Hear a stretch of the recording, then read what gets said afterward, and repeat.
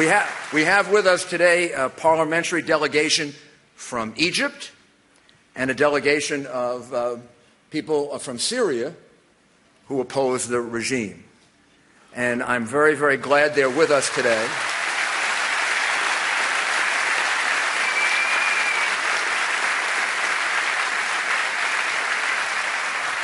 But we don't, in our understandable satisfaction and joy even in having achieved a goal that seemed a couple of years ago impossible, delisting, and in our recognition of all that can come from it, we don't want to lose sight of what the real goal is. What the real goal has been from the very, very beginning.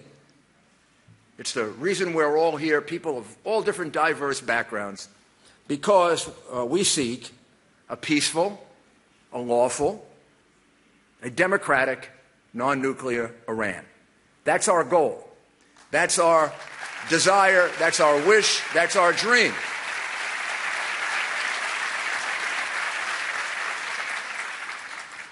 But before we can even talk about that, we have to remember the people who put their lives most at risk, some of whom have lost their lives, to make even what we've achieved possible. And that's the people originally in Ashraf and now at Liberty. First of all, without delay, Liberty should be designated a refugee camp by the United Nations now, not later. Today, it should be done. It should have been done before. It should be done now.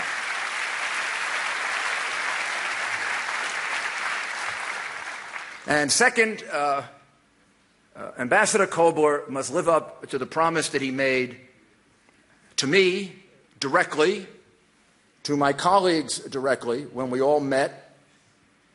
He gave us his word that the property of the people at Ashraf would be sold, that it would be done fairly, and it would be done properly. And so far, he has reneged on that promise. He has not lived up to that promise. And we are going to continue to dog him until he does. You don't get away with breaking promises, not to us. We will make sure that he keeps that promise.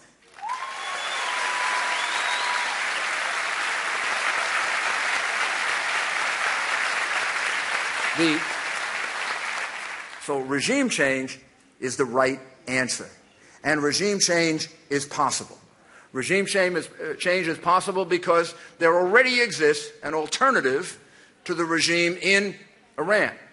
We've had regime change in situations that were much more fluid than that. We've had regime change in situations that weren't as drastic as that. The situation under Mubarak in Egypt was horrible. The situation under Gaddafi in Libya was horrible. And the condition presently under Assad in Syria is intolerable. But the condition under the mullahs in Iran has got to be one of the worst histories of oppression in the last 100 to 200 years. So it's there. It's possible. It can be done. The alternative exists. So as we keep in mind our commitment to the people in Liberty and not lose sight of that goal that I outlined at the beginning, we've got a long-term goal, but I'm not sure it's going to be that long-term, which is regime change in Iran. It's realistic. It can happen. 3 or 4 years ago, no one would have predicted we'd have a world without Mubarak, a world without Gaddafi. Maybe we're going to have a world without Assad. If that all can happen,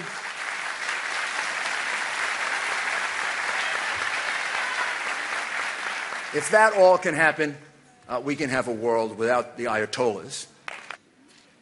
You're a group of people who share with all freedom-loving peoples in this world the desire for your country to be free, the desire for your country to respect human rights, the desire for your country to allow you to select the leaders of your country, the desire to live in your country and to reignite the great tradition and history of the Iranian people, which is something to be admired, something to be treasured.